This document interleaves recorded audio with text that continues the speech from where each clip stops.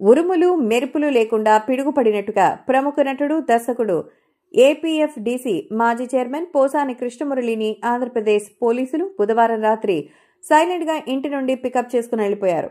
Arrest నోటీసును తీసుకోవడానికి ఆయన భార్య నిరాకరించడంతో కేసు వివరాలను విపులంగా చెప్పి పోసాని కృష్ణమురళిని కారెక్కిచ్చారు. గత ఎన్నికలకు ముందు ఎన్నికల సమయంలోనూ పోసాని టీడీపీ జనసేన నేతలపైన చేసిన వ్యాఖ్యలకు చాలా మంది బాధపడ్డారు.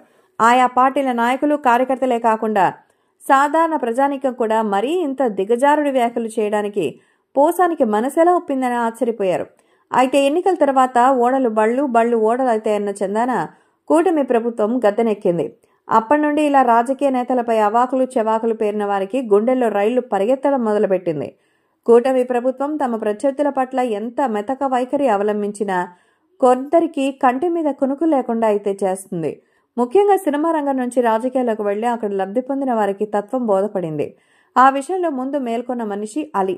ఆయన ఇక మీదట తాను రాజకీయాల జోలికి వెళ్లనని, సినిమా నటనకే పరిమితం అవుతానని గతంలో చేసిన వ్యాఖ్యలు ఎవరూ పట్టించుకోవద్దంటూ సంధి ప్రేలాపనలు చేశారు.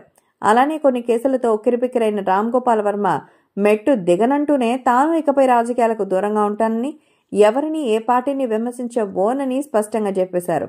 నిజానికి పోసాని కృష్ణమురళి సైతం అలాంటి మాటలే కొంతకాలం క్రితం చెప్పారు. దీంతో తనపై కేసులున్నా పోలీసులు, ప్రభుత్వంలోని పెద్దలు తనని పట్టించుకోకపోవచ్చని ధీమాలో ఉన్నారు. కానీ బుధవారం పోలీసులు ఆయన ఇంటి తలుపు తట్టేసరికి ఉలికిపడ్డారు.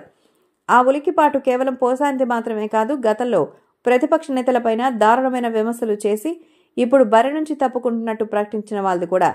మరి పోసాని తరహాలోనే ప్రభుత్వం ఈతల మీద కూడా దృష్టి పెడితే రేపు పోలీసులు సినిమా రంగంలోని ఎవరి ఇంటి తలుపు ముందు తడతారనేది ఈ చర్చ సినిమా రంగంలో రంజుగా సాగుతోంది. Who is the next? Let's wait and see.